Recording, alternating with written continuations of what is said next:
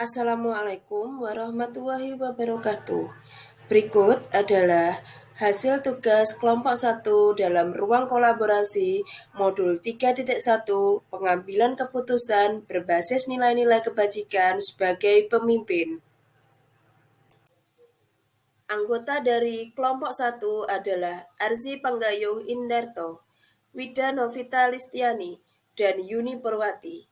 Adapun tujuan pembelajaran khusus dari kegiatan ruang kolaborasi ini adalah calon guru penggerak dapat berbagi, berkolaborasi, dan menerapkan keterampilan pengambilan keputusan berdasarkan 4 paradigma, 3 prinsip, dan 9 langkah pengambilan dan pengujian keputusan. Adapun kasus yang menjadi bahan diskusi pada kelompok 1 adalah sebagai berikut. Berikut adalah hasil analisis yang telah kami lakukan dalam ruang kolaborasi. Yang pertama, paradigma dilema etika yang muncul adalah rasa keadilan melawan rasa kasihan. Yang kedua, prinsip pengambilan keputusan yaitu didasarkan pada berpikir berbasis peraturan. Selanjutnya, dilakukan 9 langkah pengujian keputusan. Yang pertama, nilai yang bertentangan, yaitu keadilan bertentangan dengan belas kasih. Yang kedua, siapa yang terlibat? Yang terlibat adalah Bu Maria selaku Kepala Sekolah SD Kartika, Bu Dewi selaku Guru kelas 4, Bu Santi selaku Guru kelas 1, dan siswa kelas 4. Fakta-fakta yang relevan yang kami temui dalam naskah tersebut adalah yang pertama, secara umum nilai rapot yang diberikan oleh guru kelas 4 yaitu Bu Dewi terlalu rendah dan tidak mencukupi untuk mendukung murid-murid masuk ke SMP favorit melalui jalur prestasi atau jalur tanpa tes.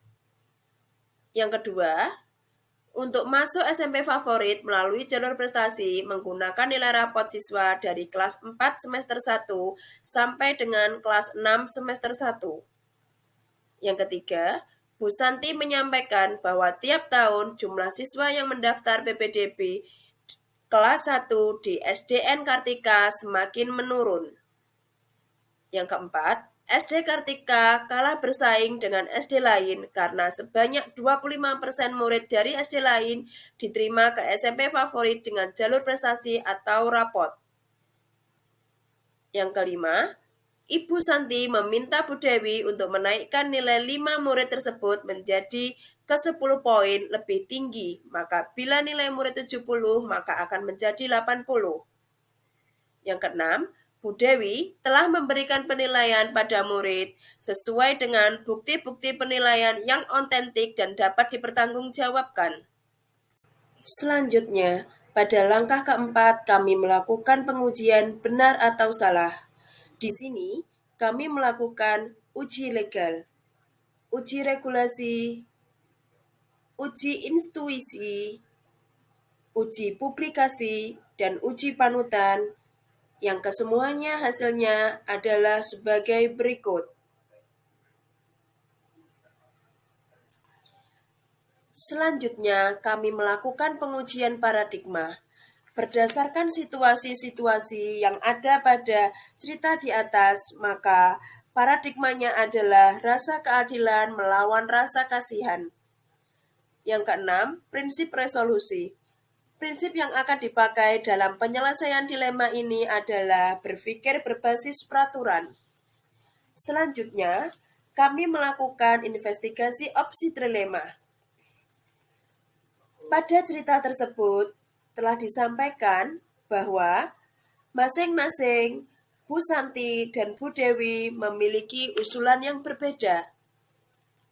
Dari kedua usulan tersebut, Bu Maria selaku Kepala Sekolah SD Kartika memiliki solusi atau jalan tengah sebagai opsi ketiga. Bu Maria meminta Bu Dewi untuk memberikan tugas tambahan kepada seluruh siswa kelas 4. Dan bagi siswa yang dapat menyelesaikan tugas tersebut dengan baik, maka ia berhak mendapatkan nilai tambahan sebagai bahan remedial untuk nilai tugas. Kedelapan, pengambilan keputusan. Mengingat masih ada tenggat waktu 1 minggu, Bu Maria meminta Bu Dewi untuk memberikan tugas-tugas tambahan yang dapat meningkatkan nilai siswa. Penambahan nilai siswa tidak hanya untuk 5 siswa yang memiliki nilai tertinggi di kelas saja, namun pada seluruh siswa di kelas 4 yang telah menyelesaikan tugas tambahan dengan baik, sehingga dapat dirasakan adil untuk semua siswa. Yang kedua, mengingat baru semester 1 kelas 4, Bu Maria meminta kerjasama dan komitmen dari guru kelas 4, 5, dan 6 untuk memperbaiki kualitas pembelajaran. Serta, di saat penerimaan rapot, Bu Maria akan menegaskan kembali kepada orang tua atau wali murid untuk 9. Melakukan peninjauan keputusan dan refleksi. Yang pertama, apakah keputusan yang saya ambil sudah tepat? Menurut saya, sebagai pihak sekolah dengan mempertimbangkan banyak hal, saya merasa keputusan ini sudah tepat. Yang kedua, bagaimana saya mempertanggungjawabkan komitmen di awal terkait dengan penghitungan nilai rapot? Yaitu dengan cara memberikan tugas tambahan kepada siswa, dan siswa yang berhak mendapatkan nilai tambahan adalah seluruh siswa yang telah menyelesaikan tugasnya dengan baik. Apabila pada kegiatan ini ada siswa yang tidak melaksanakan tugas tambahan, maka ia tidak berhak untuk mendapatkan nilai tambahan. Kemudian, nilai tambahan ini hanya akan ditambahkan pada nilai tugas yang berfungsi sebagai nilai remedial. Yang ketiga, refleksi. Dari keputusan ini, saya merasa keputusan yang diambil sudah tepat, karena keputusan ini berpihak pada murid, yaitu untuk masa depan anak-anak. Kemudian, berasas pada nilai kebajikan yang adil bagi seluruh siswa dengan memberikan kesempatan tambahan nilai yang sama. Serta keputusan ini dapat dipertanggungjawabkan dengan adanya bukti usaha siswa untuk mengerjakan tugas tambahan yang akan dihitung dengan rumus perhitungan nilai rapot. Pada akhirnya, guru juga diminta untuk meningkatkan kualitas pembelajaran yang harus dilakukan serta dilakukannya penguatan komitmen untuk kerjasama bagi orang tua dalam pengawasan belajar di rumah.